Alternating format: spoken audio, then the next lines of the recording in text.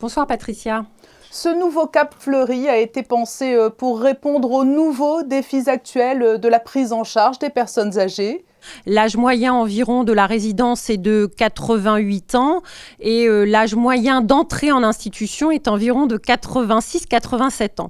Et ce sont des patients qui ont donc des polypathologies, qui ont un traitement souvent lourd et pour lequel il faut une prise en charge la plus adaptée possible, tant sur le plan médical mais également sur le plan du lieu de vie. Puis aussi, ce qui est tout nouveau pour ce Cap Fleuri, nouvelle version, c'est le projet hôtelier qui a été déployé. Et sur quel point tout particulièrement avez-vous porté votre attention lors de la réflexion qui a conduit à la restructuration des lieux ? Il y a plusieurs volets. Il y a le projet médical de prise en charge. Comme je vous le disais, ce sont des patients qui arrivent avec de nombreuses polypathologies. On sait bien, le maintien à domicile est extrêmement bien opérant et vraiment très efficace à Monaco. Donc, on a un système de maintien à domicile qui permet que les patients puissent rester le plus longtemps possible à domicile.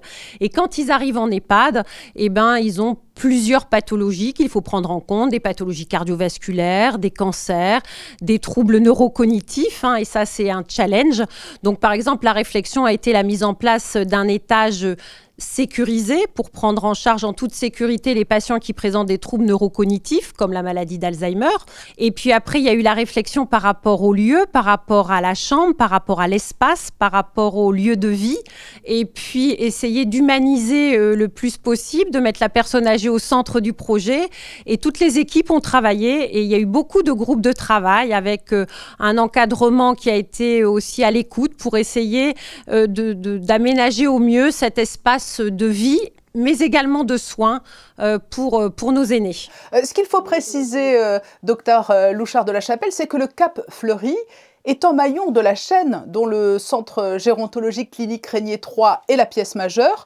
Comment tous les établissements accueillant une population âgée à Monaco travaillent-ils de concert ? Effectivement, c'est une filière homogène, c'est-à-dire que la filière, il y a le centre Régnier 3, qui va bientôt fêter ses 10 ans l'année prochaine et qui est effectivement un peu la pièce centrale, mais sur lequel sont adossés plutôt les EHPAD, Acquiétudine et la résidence du Cap Fleuri. Donc, au niveau des protocoles, ce sont les mêmes qu'OCR 3. C'est une même philosophie, que ce soit au niveau des soins, que ce soit au niveau de l'animation. Maintenant, même au niveau du projet hôtelier. Plus généralement, vous avez esquissé un début de réponse, mais c'est vrai que le spectre de la prise en charge aujourd'hui des personnes âgées est très large. C'est le souhait, en tout cas à Monaco, d'offrir un accompagnement maximal et sur tous les fronts. C'est vraiment une volonté du gouvernement à tous les niveaux.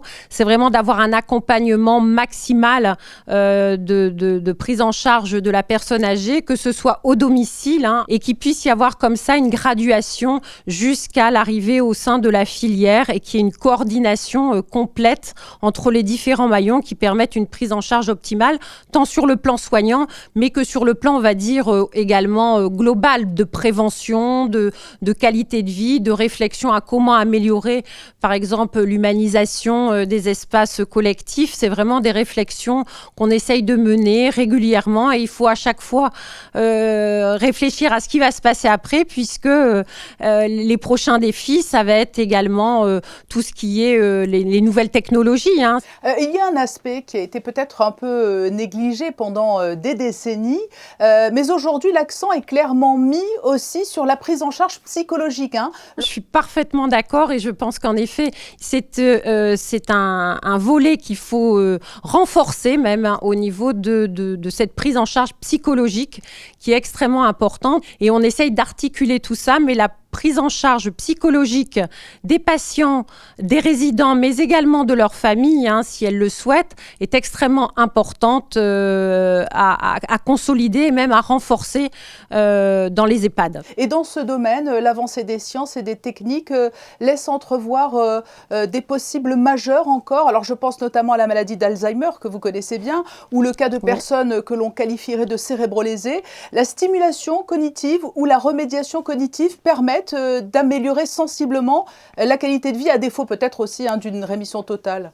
Il y a des avancées et on est peut-être à un tournant de la prise en charge de la maladie d'Alzheimer, mais effectivement, il y a toute la prise en charge, on va dire, de stimulation cognitive pour parler de façon très importante. Et nous, dans la filière, on travaille beaucoup sur la cognition sociale et on fait des groupes de prise en charge de patients. Mais cette prise en charge non médicamenteuse est d'ailleurs la première prise en charge actuelle de tous les troubles neurocognitifs, en passant de la maladie d'Alzheimer aux patients qui peuvent avoir des troubles de cérébro lésés, effectivement. Mais la clé, c'est un diagnostic précoce ? La clé, c'est le diagnostic précoce, parce que si on a des thérapeutiques qui arrivent, et peut-être que ce sera pour demain ou après-demain, il faut être prêt. Mais effectivement, la clé, ce sera le diagnostic précoce pour pouvoir accéder le plus rapidement possible à des thérapeutiques qui sont prometteuses. Merci Dr Louchard de la Chapelle d'avoir répondu à notre invitation alors qu'a été officiellement inauguré aujourd'hui le nouveau Cap Fleury. Oui, merci beaucoup Patricia.